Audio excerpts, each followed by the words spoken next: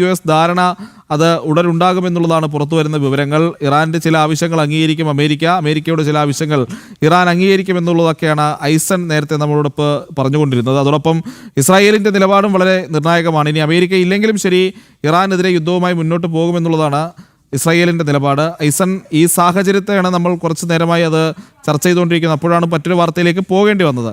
അപ്പോൾ നിലവിലത്തെ സാഹചര്യത്തിൽ ഈ സമാധാന കരാർ യാഥാർത്ഥ്യമായാലും പശ്ചിമേഷ്യയിൽ സമാധാനം വരാൻ എത്ര നാൾ എടുക്കും ഐസൺ?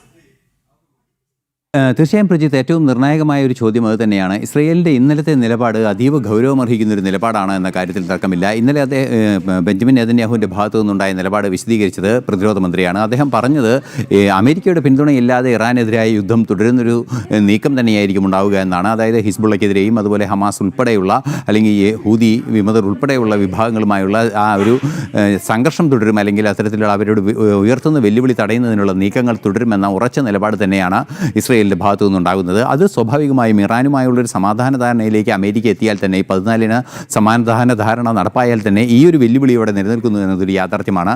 മാത്രമല്ല, ഏറ്റവും നിർണായകമായൊരു ഘടകം ഇസ്രയേൽ കാറ്റ്സിൻ്റെ ഭാഗത്തു നിന്ന് ഇന്നലെ ഉണ്ടായത് ചില നിക്ഷിപ്ത താല്പര്യങ്ങളുടെ അടിസ്ഥാനത്തിലാണ് അമേരിക്ക ഇറാനുമായി കരാറിലെത്തുന്നതെന്നാണ്. അത് പലതരത്തിലുള്ള വ്യാഖ്യാനങ്ങൾ അതിന് വരുന്നുണ്ട് എന്നത് മറ്റൊരു വസ്തുതയാണ്. ഈ ഒരു പശ്ചാത്തലത്തിലാണ് അതീവ ഗൗരവമർഹിക്കുന്നത്. സ്വാഭാവികമായും ഇറാൻ്റെ പ്രോക്സികൾക്കെതിരായ യുദ്ധം ചെയ്യുക എന്നുള്ളത്, അല്ലെങ്കിൽ അവരെ പ്രതിരോധിക്കുക എന്നുള്ളത് ഇസ്രയേലിനെ സംബന്ധിച്ചിടത്തോളം ഒരു അനിവാര്യ സുരക്ഷാ ഘടകമായി തന്നെ നിലനിൽക്കുന്ന ഒരു സാഹചര്യം കൂടിയുണ്ട്. അതുകൊണ്ട് തന്നെ നിലവിലെ സാഹചര്യത്തിൽ ഈ സംഘർഷം പൂർണ്ണമായി അവസാനിച്ചു എന്ന് കരുതാവുന്ന ഒരു അവസ്ഥയിലേക്കായിരിക്കില്ല US ഇറാൻ സമാധാന ധാരണ എത്തുക എന്നാണ് പ്രാഥമികമായി നിരീക്ഷിക്കാൻ സാധിക്കുന്നത്. പ്രജിത്ത്.